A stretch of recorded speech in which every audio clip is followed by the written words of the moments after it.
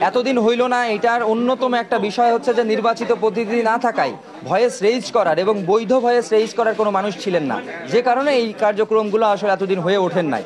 তারপরেও আমরা পূর্ববর্তী সময়ে চেষ্টা করেছি যে বিভিন্ন বিষয়ে আন্দোলন করে, বিভিন্ন বিষয়ে জোর দাবি জানিয়ে সেটি আমরা আদায় করে নেওয়ার চেষ্টা করেছি। কিন্তু এখন সেটা যেটা আন্দোলন করে যেটা অর্জন করতে হয়তো পূর্বে, এখন সেটা কথা বললেই হচ্ছে, যে কারণে আমরা এখন খুব দ্রুত কাজ বাস্তবায়ন করতে পারছি।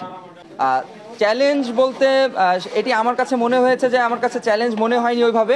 এই যে এটির একটি কারণ ছিল যে আমি গত 1 বছরেরও অধিক সময় ধরে শিক্ষার্থীদের উন্নয়নে কাজ করছি এবং শিক্ষার্থীরা মনে করেছেন যে না, আমি হয়তো এই কাজের জন্য এই কাজগুলো আঞ্জাম দিতে পারবো, যে কারণে শিক্ষার্থীরা আমাকে নির্বাচিত করেছেন আর কি। এবং 100টি খাট 100 জন শিক্ষার্থীকে আমরা দিচ্ছি এবং পরবর্তীতে আরও 200 খাট আসবে, যেটি আমরা আরও 200 জন শিক্ষার্থীকে দিতে পারবো এবং এর মাধ্যমে মুহসিন হলের যে খাটের যে সংকট ছিল সেটি চিরতরে নিরসন হবে।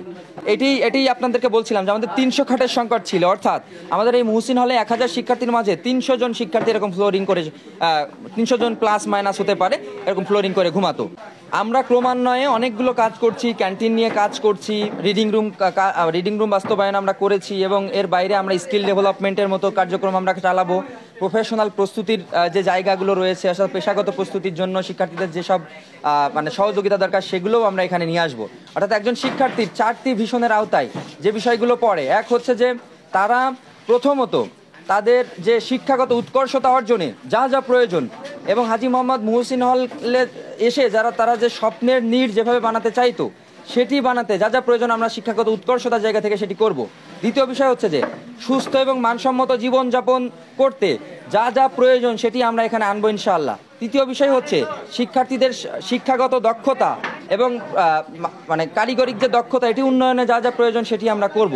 চতুর্থ বিষয় হচ্ছে এর পরবর্তী সময়ে তারা পেশাগত জীবনে যেন ভালো করতে পারে, সেজন্য পেশাগত প্রস্তুতির জায়গা থেকেও অনেক বিষয় আমরা এখানে অ্যারেঞ্জ করব, যা ক্রমান্বয়ে আপনাদের মাধ্যমে সবাই দেখতে পাবে, জানতে পারবে। যেটা হয়েছে যে বর্তমান যে ক্যাডার রয়েছেন আমাদের হলে, তো শিক্ষার্থীরা তার উপরে নাখোশ এবং তাকে যে কোনো কথা বললেই তিনি আসলে সায় প্রদান করেন, কিন্তু পরবর্তীতে কোনো পরিবর্তন আমরা দেখতে পাইনি কখনোই। তো যে কারণে আমাদের শিক্ষার্থীদেরও দাবি এটি যে আমরা এটি পরিবর্তন চাই এবং পরিবর্তনের মাধ্যমে শুধুমাত্র ব্যক্তি পরিবর্তন নাই, সিস্টেম পরিবর্তনের মাধ্যমে আমরা যে বুয়েটের যে সিস্টেম এখানে আমরা ইন্ট্রোডিউস করতে চাই এবং এর মাধ্যমে মুহসিন হলের খাবারের যে সংকট, এই সংকট আমরা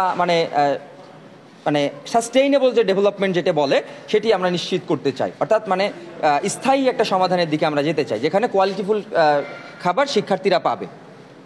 তো আজকে আমাদের শিক্ষার্থীদের যারা খাট বা বেড ছিল না, তো সেই বেড আমরা নিশ্চিত করছি। আমরা প্রাথমিকভাবে আমাদের 300 বেডের সংকট রয়েছে, আমাদের 300 বেড আসবে ইতোমধ্যে আমরা 100 বেড আমরা পেয়েছি। তো এই 100 বেড আজকে বিতরণ চলছে এবং পরবর্তীতে আরও 200 বেড আসলে মুহসিন হলের যে শিক্ষার্থীদের আবাসনের যে সংকট, অর্থাৎ তারা বেডে রাতে ঘুমাতে পারে না, ফ্লোরিং করে থাকতে হয়, সেটি দূরীভূত হবে, সেটি দূর হবে বা আমরা সবাই খাটে ঘুমাতে পারবে রাতে, এটি নিশ্চিত করতে পারবো আমরা।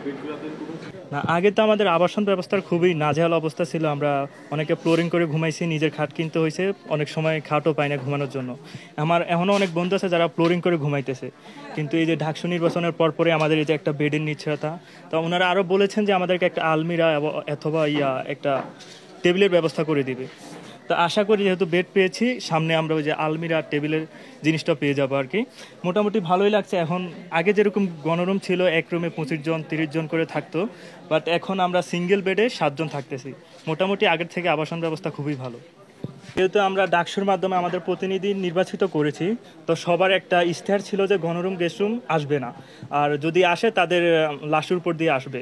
তা আমরা এই নিশ্চয়তা পেয়েছি যে আপাতত আমাদের এখানে গণরুম গেস্টরুম আসবে না আশা করি। আর যেহেতু ওদের ইশতেহার ছিল, তাহলে ওনাদের ইশতেহার অনুযায়ী কাজ করবে, এইটুকুই আশাবাদী আমরা। আনন্দদায়ক, কারণ আমরা অনেক বন্ধু আছে, আমি নিজেও কয়েকদিন যাবৎ ফ্লোরিংয়ে ঘুমাইছি, খাট পাই নাই, নিজের খাট কিনতে হয়েছে। আর যেহেতু ফার্স্ট ইয়ারে একটু টাকা পয়সার সমস্যা হয়, তো টাকার জন্য অনেক সময় বেডও কিনতে পারি না, ফ্লোরিং করে ঘুমাইছি। তো যেহেতু আমাদেরকে একটা আলমিরা, বেড আর একটা টেবিলের ব্যবস্থা করে দিতেছে, তো এটা খুবই আনন্দদায়ক। আজকে বেড পেয়েছি, সামনে আমরা আলমিরার পাবো, টেবিল।